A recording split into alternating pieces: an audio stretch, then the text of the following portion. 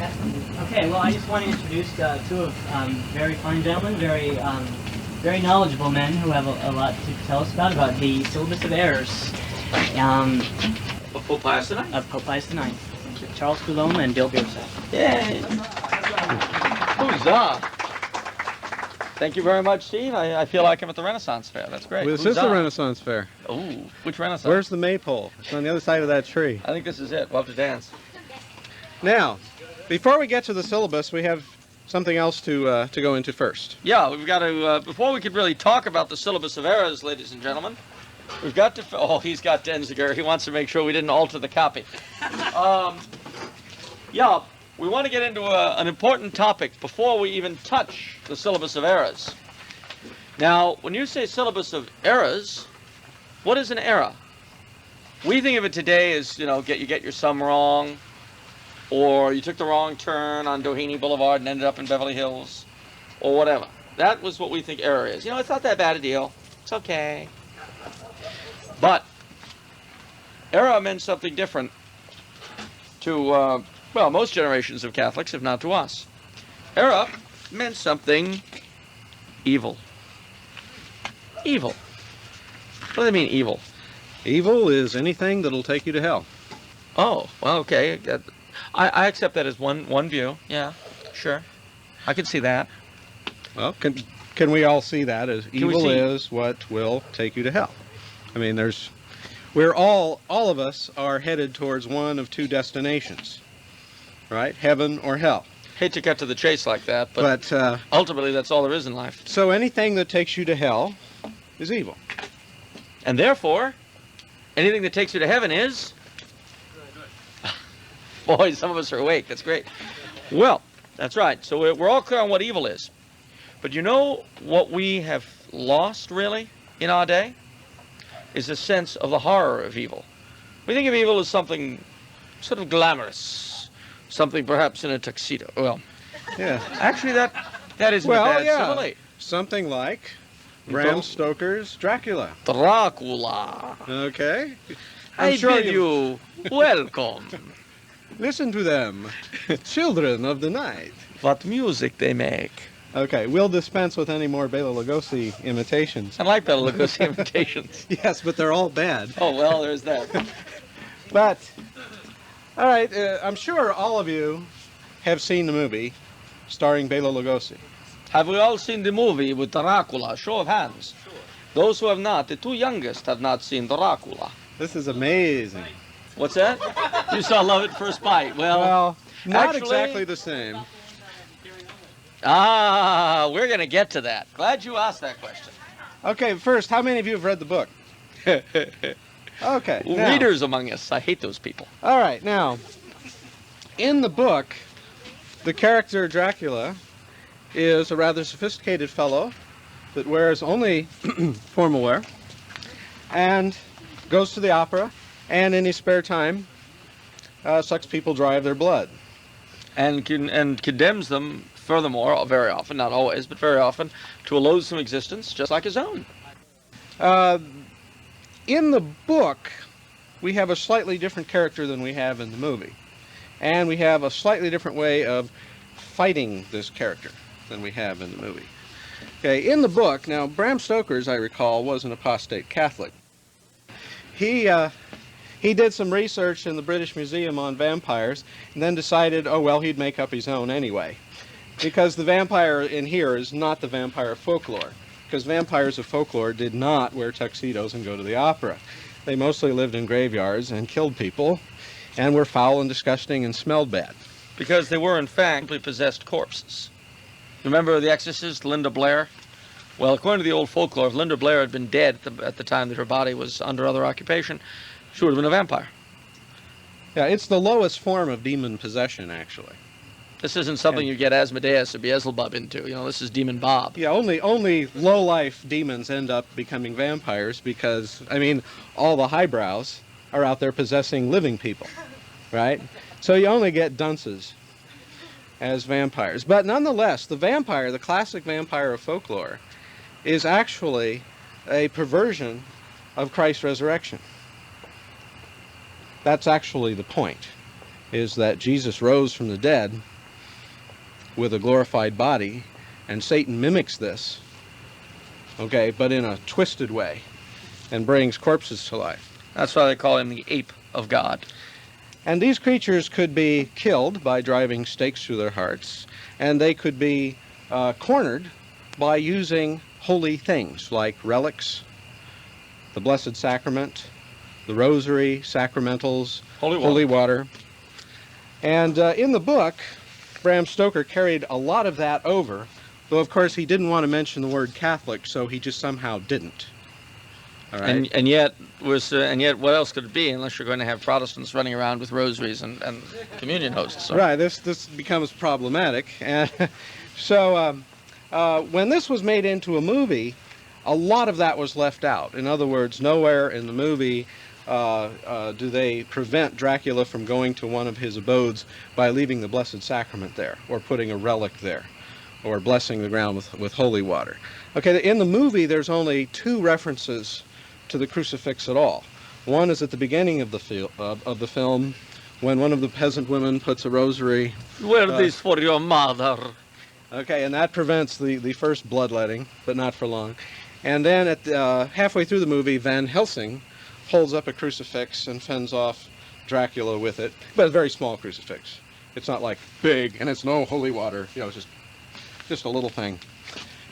All right. Well, anyway, as you go down through the years, the vampire movies have taken more and more license, so that the further away you get from real vampires, the less and less it takes Catholic things to deal with them. And when you finally get down to Interview with a Vampire by Anne Rice, you have a vampire that A, doesn't know if there's a God or not, doesn't know if he's evil or not.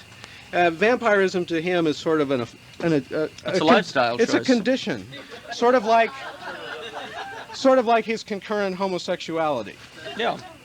All right, so you have. Are they going to legalize vampire marriages, do you think? Probably. But the problem is, evil has to be measured against that which is good. And if you no longer measure it against that which is good, then you don't have anything that makes sense anymore. In the old folklore, since the opposite of the vampire, the thing that drove him off, were the sacramentals and the ministrations of the church. You could say that the opposite, in the old folklore, the opposite of evil, i.e. the satanic vampire, was good, i.e. the church. Evil versus good. Very simple. But, as Professor Biersach is showing us so masterfully, the element of good has been on the wane in the evolution of the vampire story. So that now, the opposite of the quote-unquote evil vampire is no longer good. It's just drivel. And it even gets into movies where you take it a step further, like Ghostbusters 2, where the evil baron that's living in this painting and who's taking over New York City is conquered not by a crucifix, not by holy water, not by the Blessed Sacrament, but by the Statue of Liberty. Makes me proud to be an American. And even when Bill Murray says, you know, we're gonna defeat him with good, what he means is good times, which means getting everybody in New York to sing about your love has taken me higher. So this defeats an evil baron? I think not. Right? Is laughter in and of itself a good that can defeat evil? You see, we have lost in our society the sense of evil. We don't know what evil is. We don't have a disgust for it, the way our ancestors did. With us, it is again a lifestyle choice, a possibility. Got the numbers wrong. And, well, you know, if we as a culture have lost our sense of evil, could we be the first culture that's ever done that? Sure. We must be. I mean, after all, human beings always tend naturally to the good when left to themselves, don't they? Yeah, like Germany around 1940. Yeah? Okay, there was a little All problem those there. Germans were just drawn to the good, weren't they? It was called Nazism. Okay, well, maybe there was a little problem there. And if you were going to go that way, you could take the Soviet Union. Ah, yeah, communism. Let's lap that up. It must be good. Well, we know it must be good. A lot of people who for the LA Times are for it, but never mind. But see, again, we come to an unpleasant problem here. If a whole society, now mind you, there were, of course, elements of resistance, we know that, but if the general tone of a whole society can be fundamentally wrong, could it happen here? Could we be just as lost in space, morally and spiritually, as they were? One of the tendencies that we have as a people, particularly as Americans, because we're the biggest and the best, yeah, is we tend to think that we are outside and above history. It can't happen here. We're just so wonderful we don't know what to do with ourselves. And our view of things, our opinions, are what count. Nothing else. Don't believe me? Read the LA Times. You know what, I don't know, should we talk a little bit about the 7 martyred monks? Sure. All right. Anyone here read the LA Times religiously the way I do? No. All right. Well, you may remember that today there was the report of these 7 monks who got killed in Algeria. And they were killed by these Algerian rebels who didn't like them very much. Well, this Cistercian father, quoted in the Times, said, and I quote, "We used to have martyrs for the faith. Now," he said happily, "we have martyrs for dialogue."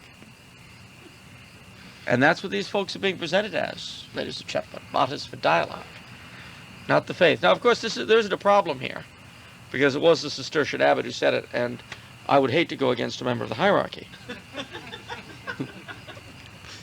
But what kind of a mindset does that reflect?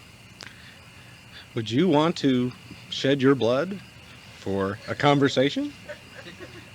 I have shed my blood over several, but it wasn't willing, I assure you.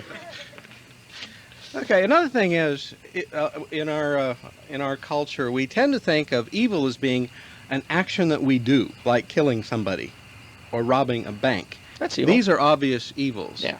Okay, but can a thought be evil? And I don't just mean a dirty thought. I mean, can an error held as truth be evil? If you staunchly believe in something that is wrong in the eyes of God, is that evil? Well, There used to be a third creed in the Catholic Church. Did you know that? third creed. Yeah, there was the Apostles' Creed and the Nicene Creed. That's all there are.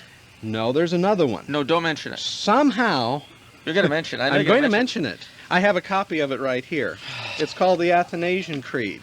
Yeah, well, that's just because it was named after St. Athanasius. That doesn't mean we have to listen to it. Well, yeah, I suppose.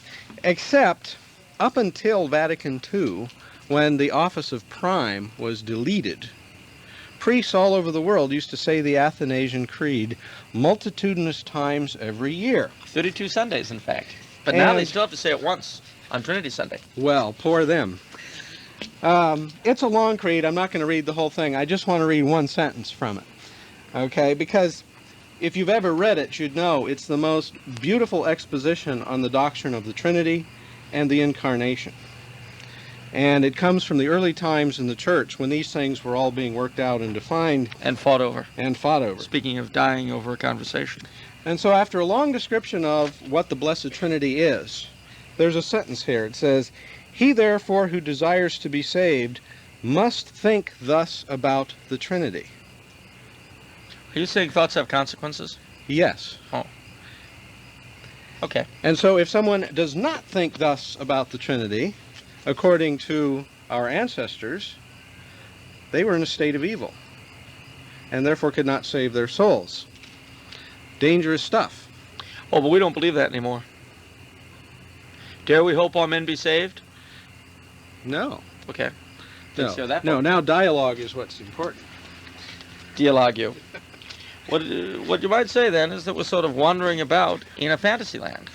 Well, I guess what we could say is that those of us who call ourselves traditionalists and conservatives often fall into a funny little crevice somewhere where we may have a great devotion for, say, the Latin Mass and wanting to have that restored.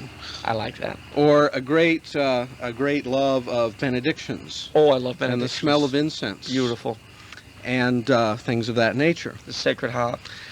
But when it comes to exploring what the saints taught in terms of what was Catholicism, we come up against a certain brick wall. Oh, don't be silly. We're supposed to emulate the saints, not believe them. Yes, well, that's the brick wall I'm talking about, is that today saints have become these plaster things that you find in gardens, with St. Francis with kind of this myopic look on his face holding up a sparrow, you know, and he barely has the strength to hold it up, you know, and yet this was a man who was a valiant soldier. Spoke French. And that's how he got his name, because he was one of the only few people in his village that could speak French. And he was the one who dared a sultan to burn him alive. Yeah, what did he tell the sultan? Not with a little sparrow in his hand, you know. Oh, sultan. Yeah, he was. Anyway, what I'm trying to say is that today we have replaced holiness with the idea of being nice with one another, never offending one another. But if you read the writings of the saints, you find that often they offended a lot of people. And in fact, the founder of our faith, Jesus Christ, had a great knack for offending people. And nowhere can I find a place where he said that you get to heaven by being nice. Didn't he say, be thou nice even as your heavenly Father is nice? No, he didn't. Oh, my mistake. All right. Now, if as a culture we have slipped a few gears, and as Catholics we want to go to heaven, sooner or later... There's a problem. Sooner or later we've got to deal with this. And the question is, do we want to? Now, that's sort of why you and I came here tonight, was to point out that maybe there are some conflicts in the way we think with the way people that we call saints think or thought. Or even with something that we once upon a time called the magisterium, defined. Maybe that too. I should hope not. But... Well, this brings to mind... the Syllabus of Errors. We're finally getting to it, folks. You thought we were just rambling, but there was a point here. Yes. And the point is that in this fantasy land mentality that we live in, where nice is the equal of good, where the difference between truth and error is minimal, and where what you believe doesn't matter insofar as your eternal destiny goes, these are not new ideas. They were all the rage back in the 19th century. They're kind of outmoded ideas. And way back in the 1870s, a gentleman called Pope Pius IX, who happened to be Pope at the time, hence the title, gave us a reality check. He gave us something for us, a sort of doctrinal examen of conscience. You know, we all know about the moral examen of conscience. We don't really mind going over our morals too much because, you know, we're we're less concerned about them perhaps than we are about dogmatic beliefs. But what you have here in the Syllabus of Errors is a dogmatic examen of conscience. Now, Professor Biersach and myself are a little bit hampered in exploring the syllabus with you tonight, to the extent that it has 60 condemned propositions. 80. I'm sorry. There's 80 condemned propositions, and if we spent 5 minutes on each one, we would be here past midnight. Which we wouldn't mind, but you might get tired of it. Right. Now, so we've gone through and just picked a few. Of the more challenging ones. But we encourage you to take this home and read it for yourself. And see where you see where you stack up. See how these things affect you. If your first reaction to one of these condemned propositions is, well, I don't believe that. I couldn't possibly buy that. Well then you've got a problem. Then 100 years ago, you could have not called yourself a Catholic. Of course, we've gotten beyond that now. Yeah. We could die for dialogue. Now, if your copy starts with page 433, is that what it says in the corner? Okay. Well, let me just read it didn't get in that bunch then. Here's a paragraph from the introduction that Pope Pius IX wrote. Okay, he says, "In such great perversity of evil opinions, therefore, we," meaning the Pope, "we, truly mindful of our apostolic duty, and especially solicitous about our most holy religion, about sound doctrine and salvation of souls divinely entrusted to us, and about the good of human society itself, have decided to lift our apostolic voice again, and so all and each evil opinion and doctrine individually mentioned in this letter by our apostolic authority we reject, proscribe, and condemn. And we wish and command that they be considered as absolutely rejected, proscribed, and condemned by all the sons of the Catholic Church. And it must be borne in mind when we are going over these particular condemned propositions, it must be borne in mind that when the Pope says that they are errors, he means they are evil. They are horrid. They are like the vampire of folklore rising from his grave and breathing his loathsome breath upon you, preparatory to taking the life out of you. Because these propositions will take you to hell if you believe them fully and firmly at the time of your death. Now, the other thing that should be pointed out also is that Pius IX, if you look in the things at the end, he will tell you from which of his own letters and so forth he got them. But it's very important to bear in mind that an encyclical in those days was a bit different from what they are now. What we're used to in encyclicals are the popes quoting themselves, or Vatican II. Prior to about 1963, papal encyclicals as teaching documents did not stand on their own. And if you read the older encyclicals, you'll find that the popes are continually, when they make a point that seems a bit strange or odd, they quote fathers, doctors, past papal definitions, past conciliar definitions. They don't expect you to take anything on their say-so by itself, unless, of course, it's something like the Immaculate Conception or the Assumption. And even then, they always give a long justification as to why they did it anyway.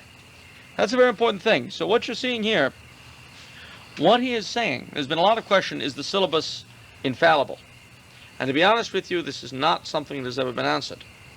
But what can be said, and it's certainly true, is that the Pope is quoting here, is teaching here from past infallible teaching. Similarly, if you read Humanae Vitae, the Paul VI's condemnation of birth control, it's often said, oh, well, it's an encyclical, it's not infallible, we don't have to care.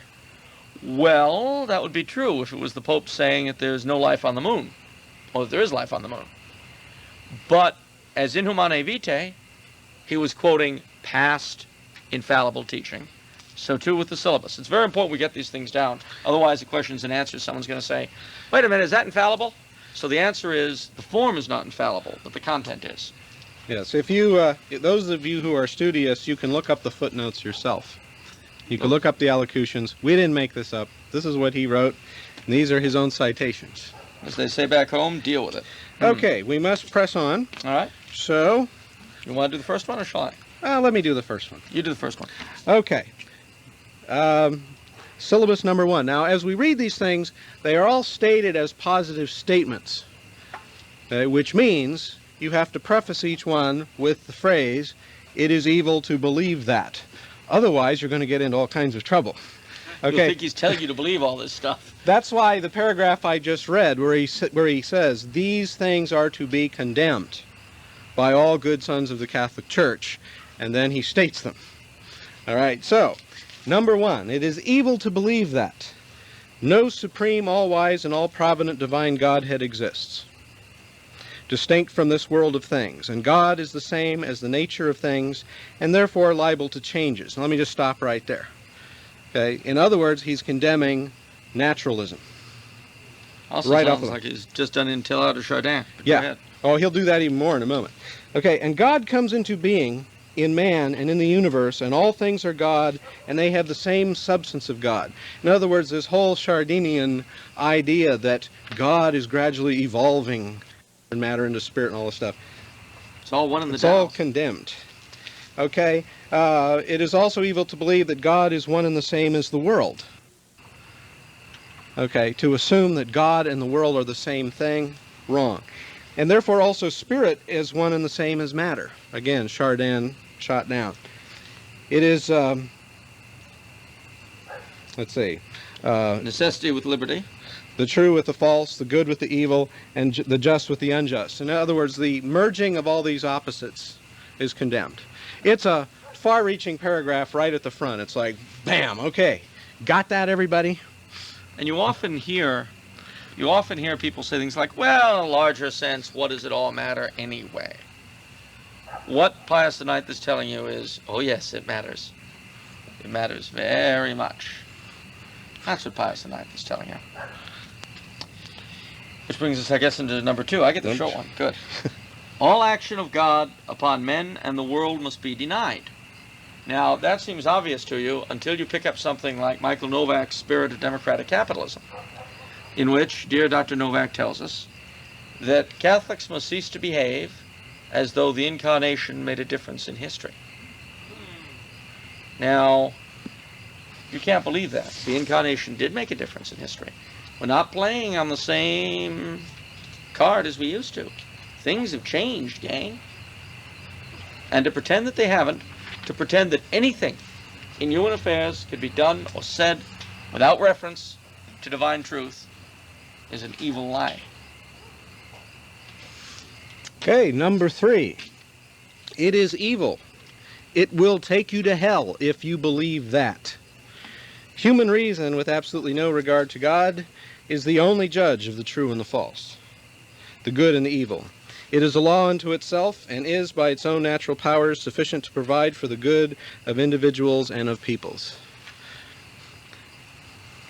Human reason. Who are we to judge God? Who is my counselor, he says. And yet we often do that, don't we? I can't believe that. Who cares what you can believe? Who cares what I can believe? It's not up to us. That's the whole point of revelation, ladies and gentlemen. Precisely because it doesn't matter what you or I would come up with on our own. That's why the church has scripture and tradition. That's why revelation exists. Because God, knowing that reason, while it can work out some things on its own, is flawed, knew we would never get at the thing all by ourselves, simply with our natural powers. And yet, having accepted revelation as we think, we then, as Catholics, try to bend it to our own view of things. This is what we call cafeteria Catholicism, with which some of you may be aware. Okay, well, number 4 flows out of 3. You might as well keep going. Oh boy, okay. It is evil. It is evil to believe that all truths of religion flow from the natural power of human reason. Hence, reason is the chief norm by which man can and should come to a knowledge of all truths of whatever kind. Well, again, I started on that, ladies and gentlemen, but I'll finish it. You know, again and again, when things like the Syllabus, or the Syllabus of Errors of Pius X, in Pascendi and Lamentabili, the anti-modernist things, when these are brought up, how many times will you hear people, even clerics, say, I can't believe that. You can't expect, oh, I'm a Catholic, but I don't believe that. Well, if you don't believe that, you're not a Catholic. End of story.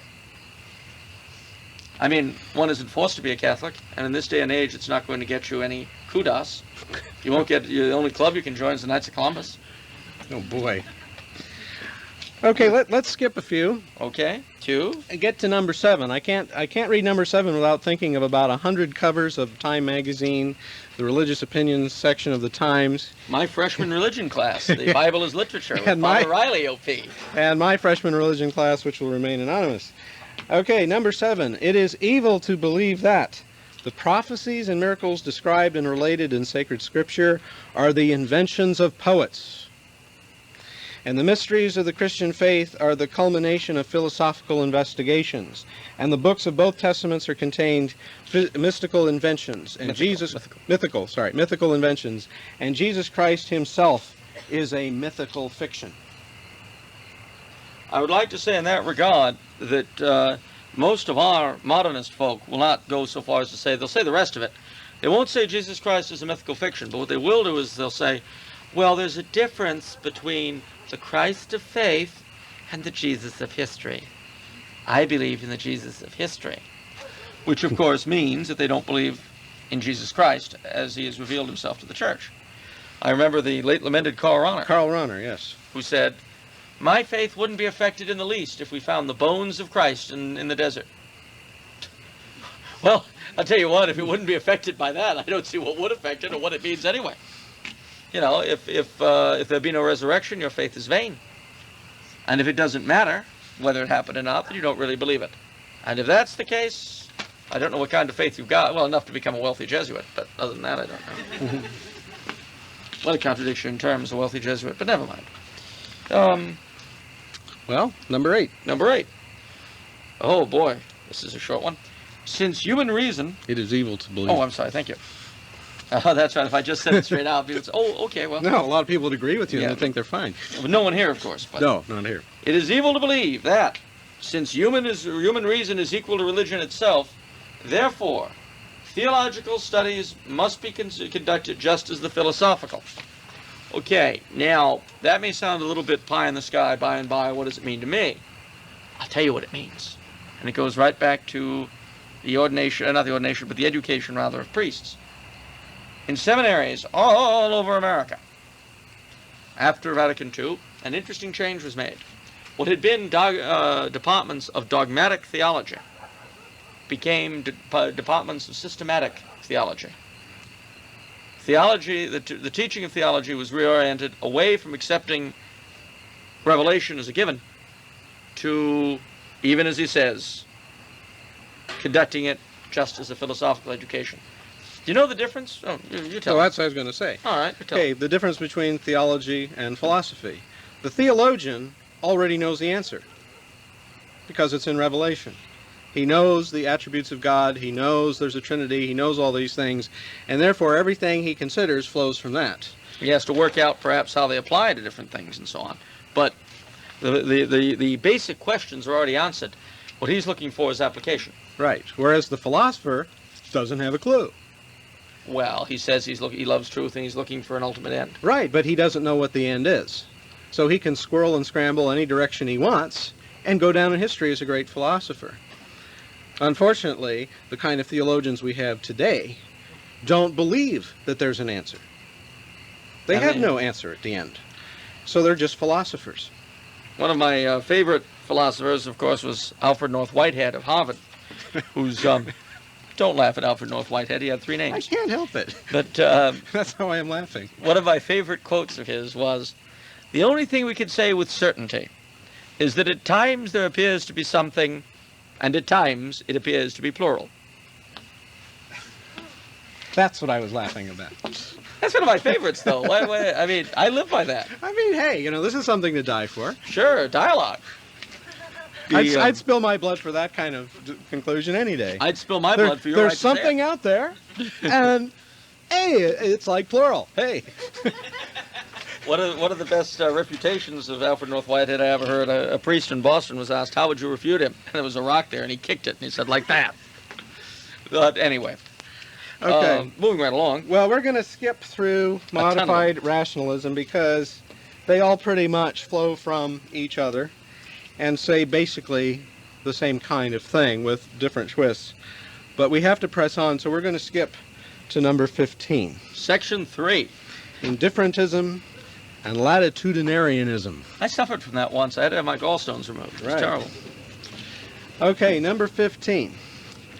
It is evil to believe that every man is free to embrace and profess that religion which he, led by the light of reason, thinks to be the true religion.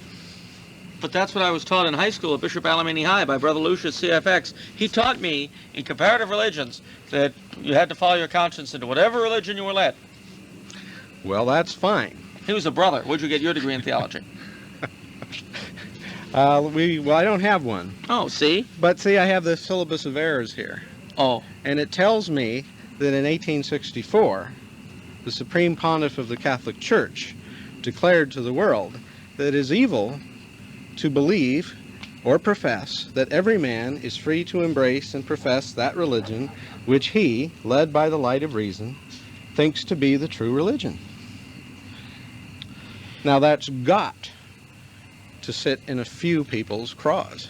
that's a downer. It's a downer. Well, it could be downer for various reasons. Okay, is it a downer because it sounds Harsh. harsh? Harsh. Or is it a downer because you don't want to think this way? Both. I don't want to think this way, and it's because it's harsh. So, see, I'm Okay. a nice person. And niceness is next to godliness. It says it right there in the Bible. Ah. Well, why don't you read the next one? I hate it when he gets chummy. Yes. Okay. We're in this together. The chain is tight around us now, and they're about to throw the anchor into the Tiber. It gets worse and worse, I assure you. The man was on a roll. It is evil to believe that in the worship of any religion whatever, men can find the way to eternal salvation and can attain eternal salvation. Now, Oh, no, wait a minute. I thought all religions are good, and they all take us to God. they all do. That's what Brother Lucius CFX taught me at Bishop Alemany High. Yeah, but that's not what this says. Point is that, well, as Groucho Marx said, who are you going to believe, me or your own eyes? No, there is a real problem here. And the thing is, though, I'd like to point out that 16 follows from 15. See, if you just said 15 by itself, that wouldn't really make a lot of sense. If everyone can go to heaven in his own way, well then, certainly they are free to embrace and profess that religion which he, led by the light of reason, thinks to be the true religion. Because you can get saved in them. Otherwise, it's all mental gymnastics. And, you know, I mean, mind you, salvation may be important to you all. But, and here's the crux of the problem, we always have to cut down to the chase. If, as Pius IX tells us, it is wrong to believe that in the worship of any religion, whatever, men can find the way, etc., to eternal salvation, then and only then could he be logical in saying that it's wrong to say that you're free to embrace and profess that religion. You see, there's a connection there. Think wrong, believe wrong, you won't save your soul. Otherwise, what could be wrong with thinking wrong if there's no penalty attached? Why don't you do number 17? Yes, well, 17 flows out of 16. It is evil to believe. We must have at least good hope concerning the eternal salvation of all those who in no wise are in the true Church of Christ. And this brings us to number 18. Oh, it is evil to believe that Protestantism is nothing else than a different form of the same true Christian religion, in which it is possible to serve God as well as in the Catholic Church. Now, I'm going to tell you a little secret here, ladies and gentlemen. We, of course, are very ecumenical in our day, and we toss the word Christian around anywhere and everywhere. The Unitarians are Christians. They'll tell you so. I love the Unitarians. They're very churchy and they don't believe in anything. I'd like to be that way myself, actually. You heard about how the Ku Klux Klan drove the Unitarian family out of the neighborhood? Burned a question mark on their lawn. But I was just there, actually. I was just at a Unitarian church in Baltimore. There's a point to this. I'm actually coming to it. It's just good. Yes, I like it when I'm sort of connected to coherence. But the First Unitarian Church of Baltimore is a beautiful thing, built back in the 1820s. Tiffany glass. It's it's gorgeous. There's a cross in the center of the sanctuary, a Tiffany cross. There's no corpus, of course, but then on either side, added about 1960, as the guide told me, are the symbols of Islam and Judaism on the one hand and Hinduism and Buddhism on the other. They used to have kneelers, my guide told me, but they took them out, and I said, well, why? And he said, well, we used to pray, now we meditate. I said, I see. When did you take them out? He said, 1956. But the part I liked best about this particular parish, and I'm going to leap on one more consideration to calling something Christian, is that there were a number of pamphlets in the pamphlet rack, and one of them was from the national organization, the Unitarian Universalist Association, based in the beautiful city of Boston. And this held up Unitarian Universalism as a good church home for gays, lesbians, and bisexuals. I found out that the local parish was far more open because it billed itself in its pamphlet as a serious spiritual alternative for the gay, lesbian, bisexual, and transgender community. I don't even know who they are. I've been trying to figure it out. I mean, I've got two possibilities that come to mind, but I'm not going to ask. I don't know anyone I'd ask. So it's one of those mysteries we leave to faith. The point. Oh, there is a point. You said there was a point. There is a point, and I will get to it. The point is that if you ask the Unitarians if they are Christian, they will tell you, of course we are. Absolutely. Well, you don't believe that Christ is the Son of God? Well, no. You don't believe Christ is divine? No. To be a Unitarian, you don't even have to believe in God. No. No. We're committed to nurturing an ongoing dialogue. It's raining? It was amazing. And of course, you've got to stand there and keep a straight face. It's amazing. Well, the thing is, it gets further. I remember when I was a little boy that when the Arabs and the Israelis were having a problem, the Buddhist Secretary General of the UN, U Thant, as he was then, sat down with Nasser of Egypt, who was a Muslim, of course, and I guess not Golda Meir, but whoever preceded her as Prime Minister of Israel was Jewish, said, now come on, let's sit down and talk about this like good Christians. Well, gang, Christian is a word that's come to mean nothing. So what you have to ask yourself, when he says that it's not part of the Christian religion, what he makes reference to is simply this. Christ gave us a certain revelation. A central part of it are things like transubstantiation and the 7 sacraments, the veneration to the Blessed Virgin Mary and her Immaculate Conception, which, by the way, tells us an awful lot ultimately about the nature of original sin and the nature of our own fall, her glorious assumption into heaven, and on and on and on and on, all the things that flow out of this stuff. How can you really be a Christian and deny a major part of what Christ himself taught? If there were a group of philosophers called the Biersachians, okay, and I pass myself off as a disciple of Biersach, and I say he was a great moral teacher, and then he says, well, great, do you agree with him in this case? No. Well, how about in that case? No. Oh, he was wrong there. Oh, no, I don't believe that. Well, how do you agree with Biersach at all? Oh, he was a nice guy, and he said be nice, and, so I'm a Biersach. Well, no, I'm not a Biersachian. I can call myself whatever I like, and you, as a matter of courtesy, can call me that. But don't be confused. I'm no Biersachian. Don't be confused about that. And you see, through using certain terms out of courtesy, as we have for a long time, we tend to believe them.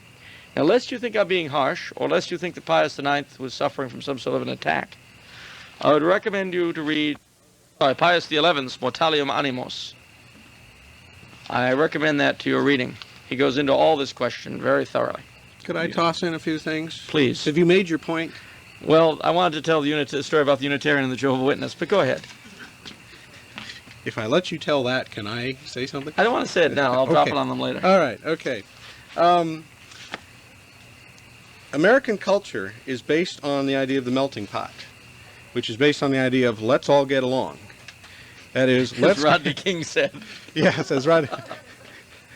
Let's all get along. That is, if two people come together and they disagree on a religious issue, we are encouraged as Americans to dispense with the issue and just worry about being our good friends. If we disagree, obviously the question isn't that important.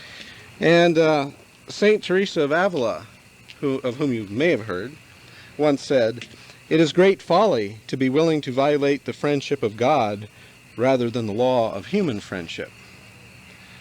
That is, the friendship with your fellow man, where does that fit in your priorities with your friendship with God? And as for this last proposition, which tells us that Protestants are outside the church, and then that makes us think, well, what about all our friends that are Protestants? I've got lots of them. Me too. And what am I supposed to do? Tell them they're outside the church? I've done that recently. Lost a friend over it. How is Father? Oh, sorry. No, this was a friend since high school. And he, I don't think, is any longer my friend. But you see, this is not stuff that I pulled out of my hat. Are any of you follow any of the devotions of St. Peter Julian Eimard? You may not realize if you are, but if you're one of these Eucharistic devotion people, these perpetual adoration or like into exposition of the Blessed Sacrament and praying in front of that kind of stuff, then almost everything you're doing was sort of codified in the last century by St. Peter Julian Eimard, who of course was French. And this is what he had to say, and I quote, People often say it is better to be a good Protestant than a bad Catholic. That is not true. That would mean that one could be saved without the true faith. No, underlined, no. A bad Catholic remains a child of the family, although a prodigal. And however great a sinner he may be, he still has a right to mercy. Through his faith, a bad Catholic is nearer to God than a Protestant, for he is a member of the household whereas the heretic is not. And of course, the other thing one has to bear in mind too is that it isn't a question of, I've got the true faith, na na na na na. No, no. What it does is it puts an obligation upon those of us who have a lot of Protestant, Jewish, clerical, whatever friends. It puts an obligation upon us to attempt to give them the faith. You see, and that, you know, I do believe in my heart of hearts that the biggest problem we have with this particular area of the faith is just that. Ultimately, we don't want to do anything ourselves. It's always been easier for Catholics to gossip than to evangelize. It's what we're best at. We're good at it. Doesn't require any risk on our part. Makes us feel justified and good all over, like a cheap suit. And, you know, it's great. The only problem is that if you've got a close non-Catholic friend, and you are not attempting in one way or another to get the faith to him, her, or them, it's rather as if they were starving and you denied them food. That's the problem, you see. And so when one says, well, you know, I don't want to damage our friendship, if that's the way I feel, how much is my friendship worth to anybody? Really? And what kind of a friend am I? Not a very good one. Unless you think that this is a rhetorical thing on my part, don't. Because, of course, before I came to see all this stuff, I think back on all the lost opportunities I had, all the times I kept my mouth shut, and I can't help but think. Although I have to say I never did stoop to sending out happy holiday Christmas cards.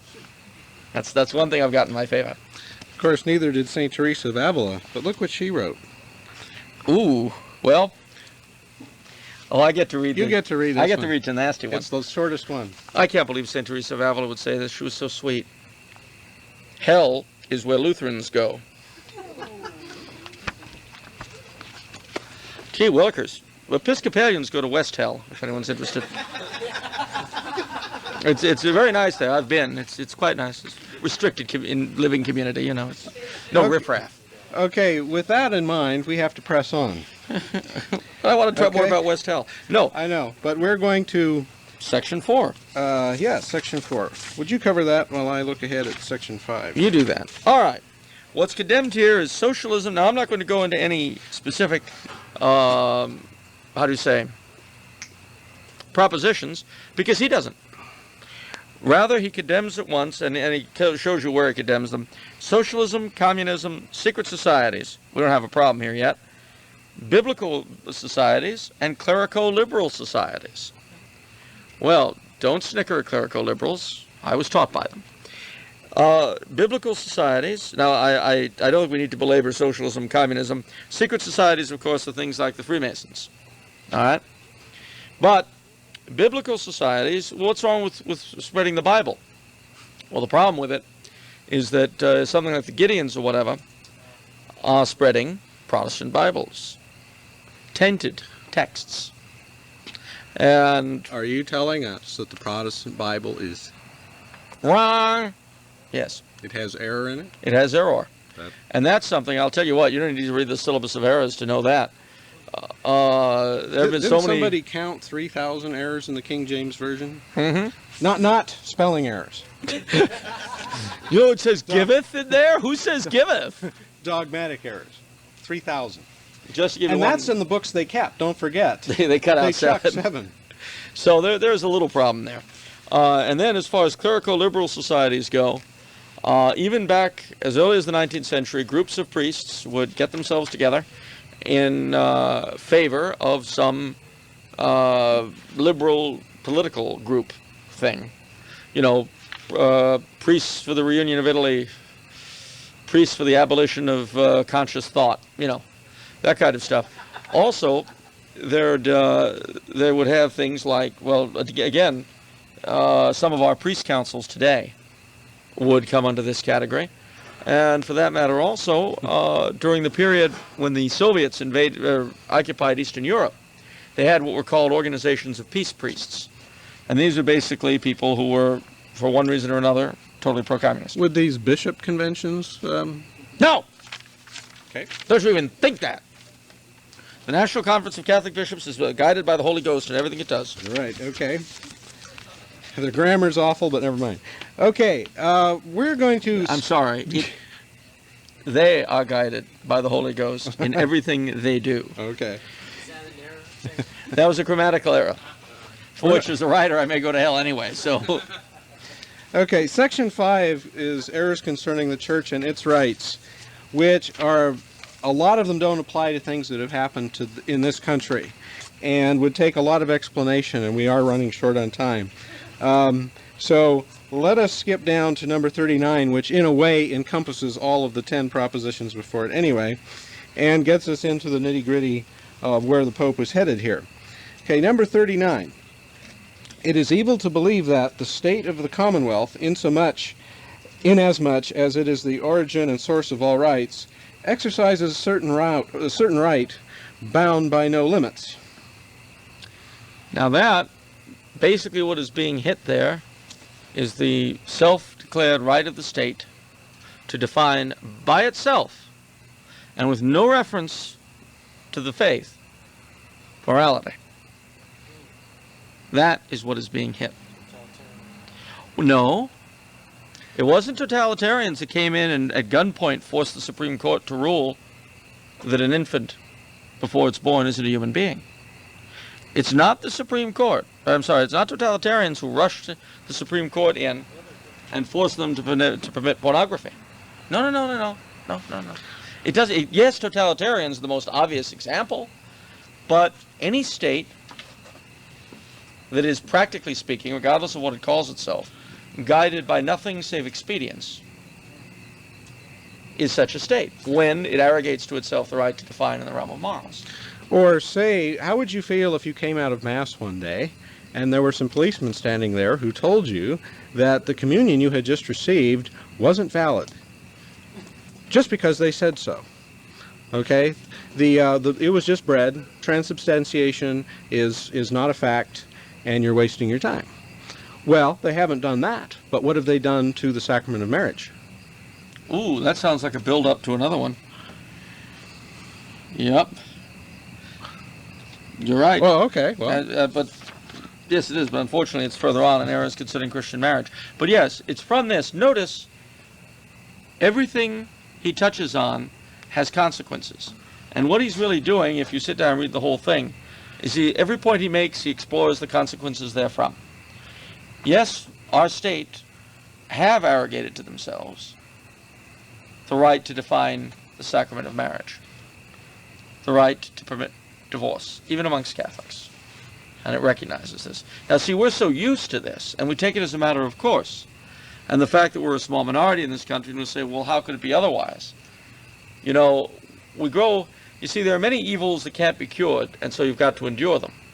That's one thing. But what we do is, having endured it so long, we cease to notice that it's an evil.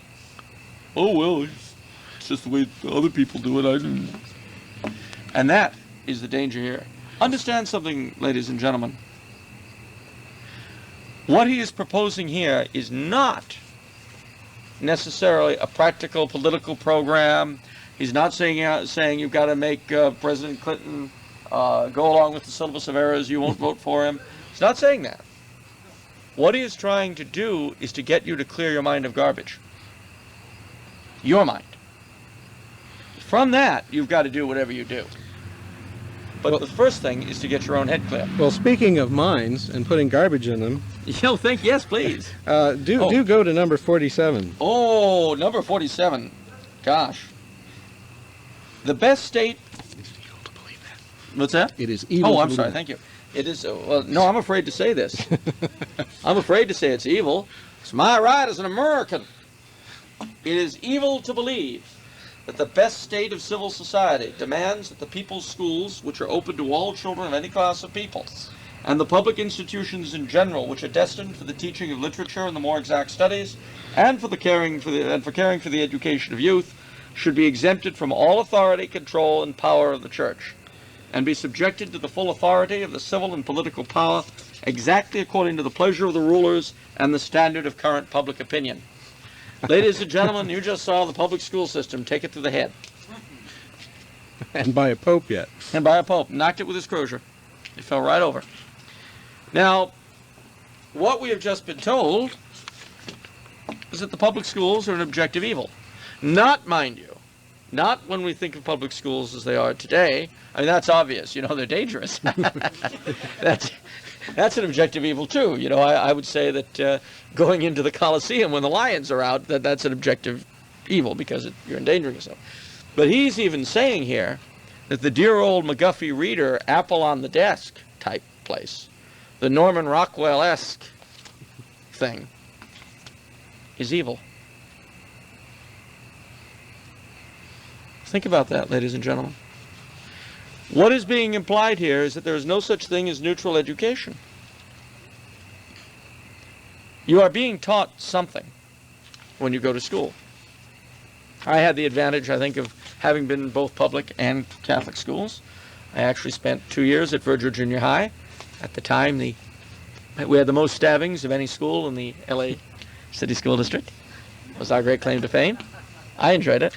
I went to a Catholic school. We had more drugs than the public school just a quarter of a mile away. So get a life. What do you think our knifings were about? Cigarettes? But this was a useful experience for me. Not because the knifings. Actually, I didn't have too much trouble. In those days, my accent was a bit thicker than it is. You know what I'm saying? So the Mexican people I was with, they didn't have a problem with that. But what happened was the health classes. What happened were the civics classes. What happened were the history classes. Most people didn't pay any attention. They were too busy, doing drugs or knifing each other, which was, much better than if they'd been sitting there believing it. Because remember, most of these kids were Catholic of one sort or another. Think about that, ladies and gentlemen. So, anyway. Okay, we've got to move along. Oh, and it's your turn to sit on the hot seat. Okay, skip down to number 55. My country, 'tis of thee. Everyone take a deep breath, because it is evil to believe that the church is to be separated from the state and the state from the church. There goes the apple pie. There goes Americanism. Oh, how can you say that? There goes 90% of every politician's jingling change in his pockets. Yeah, we got to separate church and state. Well, it's right there in the Constitution. It's no, right it's there not. in the Bill of Rights. No, it's not. It ain't no place. It ain't no place. Now, at this point, the objection may be made, well, what church would you have united to the state? Well, again, I'm not going to pretend that you have here, obviously, if you had a majority of Catholics in this country, we wouldn't have a problem. The answer would be obvious. The situation that we're in is rather more difficult. It's rather like that of the Roman Empire, when Catholics were still a small minority.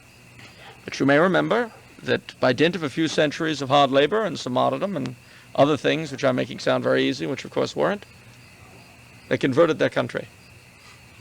And the Roman Empire became a Catholic state under the Emperor Theodosius. And even though it was finally broken down physically, shall we say, in another sense it has never ceased to be.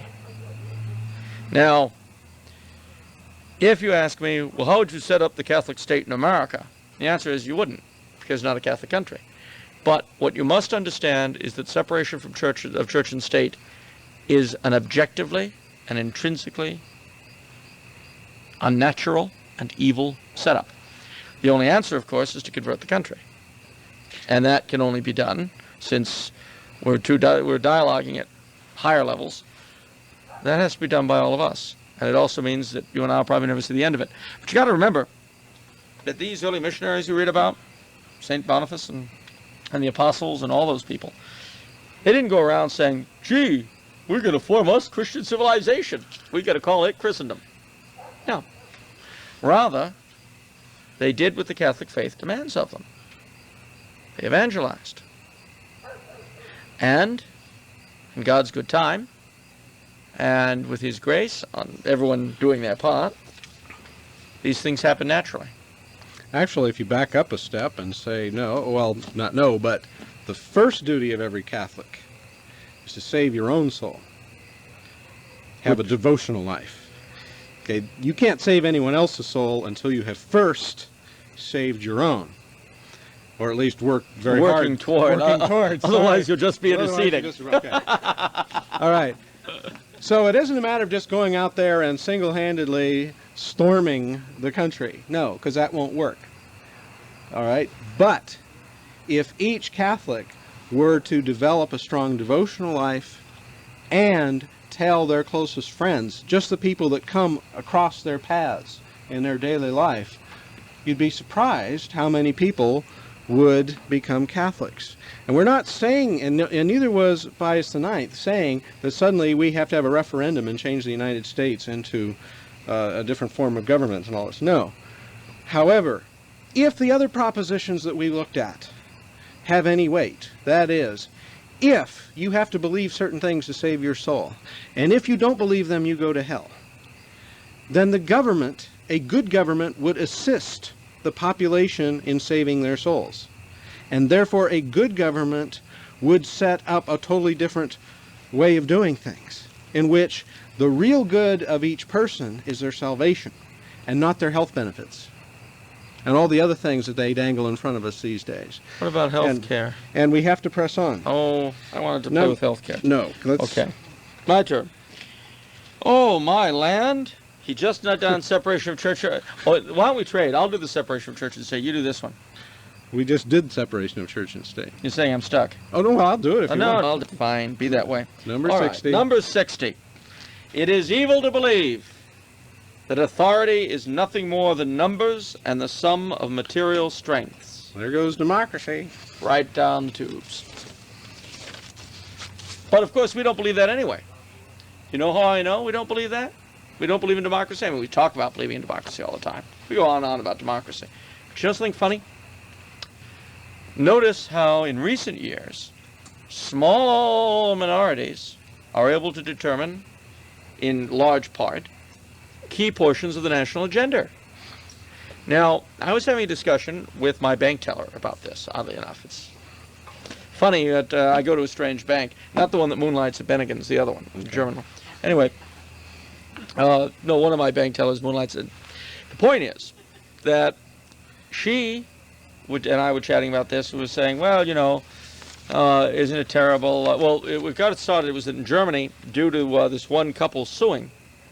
The German Supreme Court ordered that all the crucifixes be taken down from the classrooms, which had never been done. And she said, and she's going on, you know, in my day in Germany, you know, they would never have dreamt of doing that. And I said, well, the funny thing is, they claimed that as anthroposophists, which is a religious group that I won't go into their teachings, they claimed that as anthroposophists, it was a terrible thing for them to have to look at the crucifix.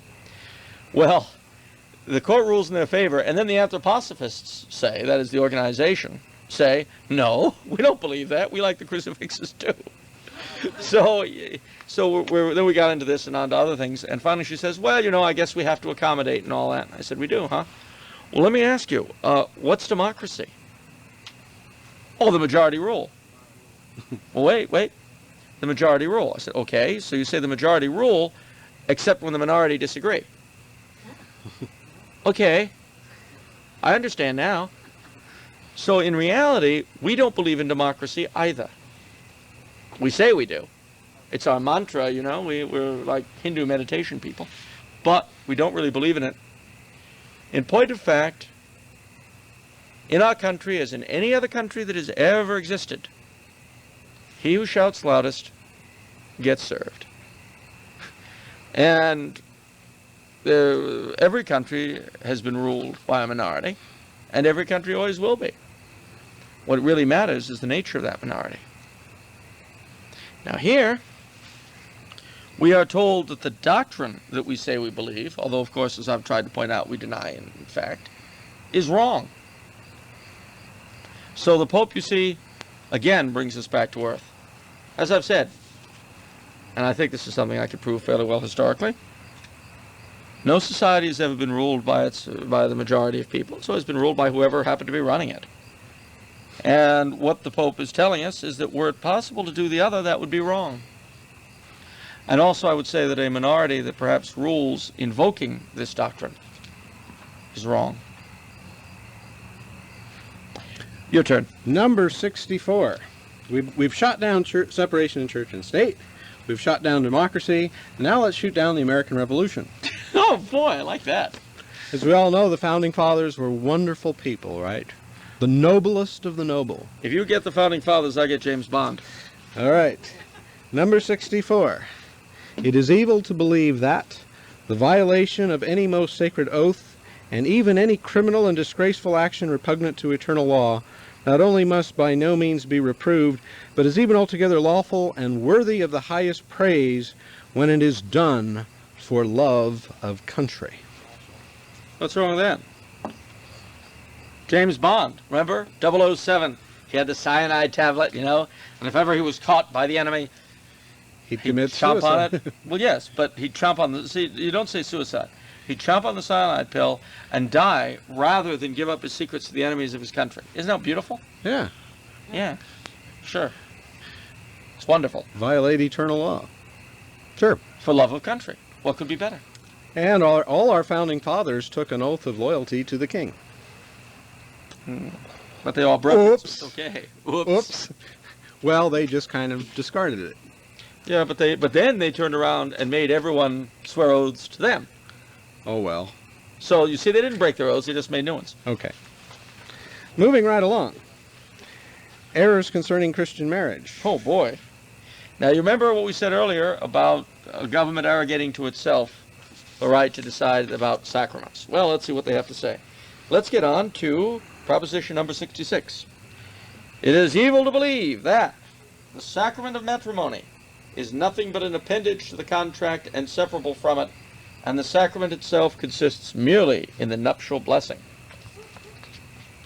And this, by the way, is the argument that is often used by Catholic arguers on such things, to say that to the state properly does belong the supervision of marriage.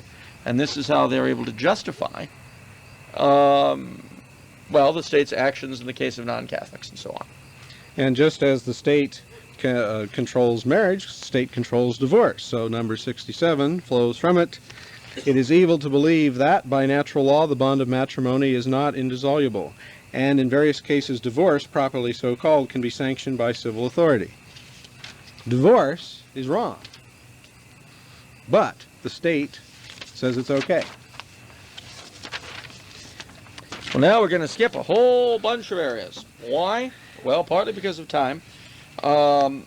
Again, the marriage questions, understand every one of these propositions is worthy of your consideration. Yes. But when Mr. Coulombe and I did this talk once before, we spent 3 two-hour sessions with a group going through all the propositions. So that's why we're not doing more now. So we're kind of rushing. Lest you think that we're trying to cheese you out of something really important. We could are, do one but on every darn one, but... we're not going to. Okay, skip down to number 77. We're coming to the end now, gang. Okay, these last 5 propositions flow one into the other. They're almost like a complete sentence. And we're going to treat them like a complete sentence, almost, kind of. Okay, number 77.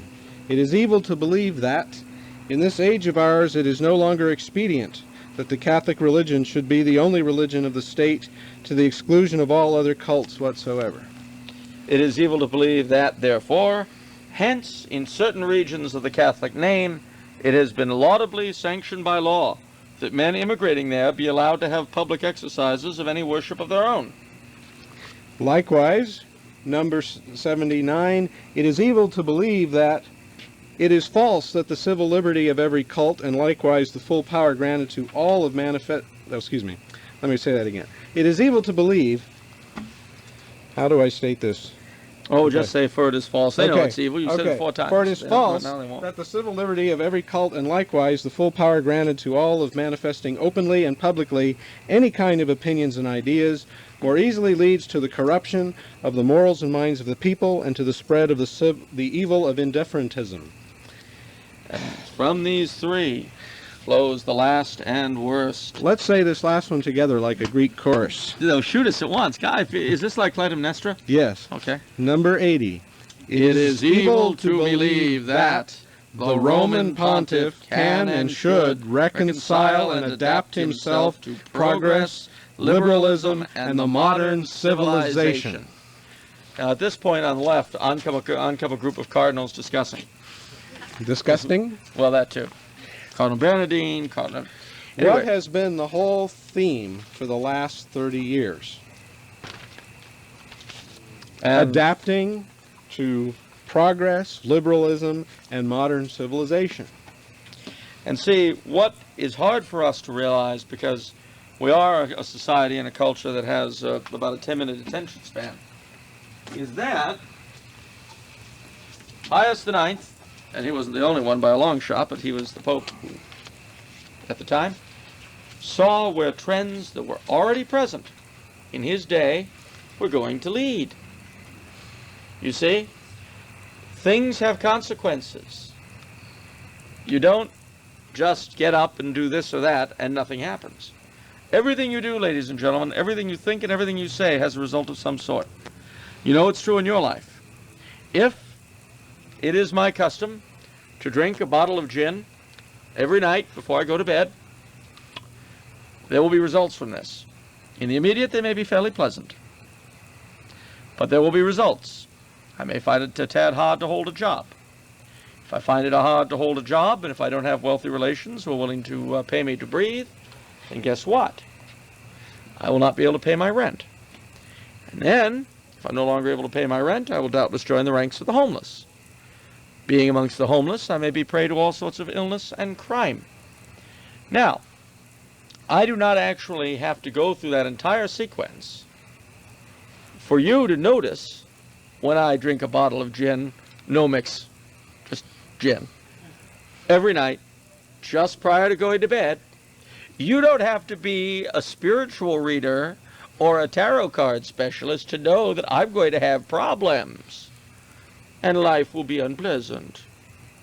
So too with Pius IX. He knew where these ideas would lead us. And they have. The hard part about where we find ourselves is that it's like waking up behind enemy lines, but finding out that you're the enemy.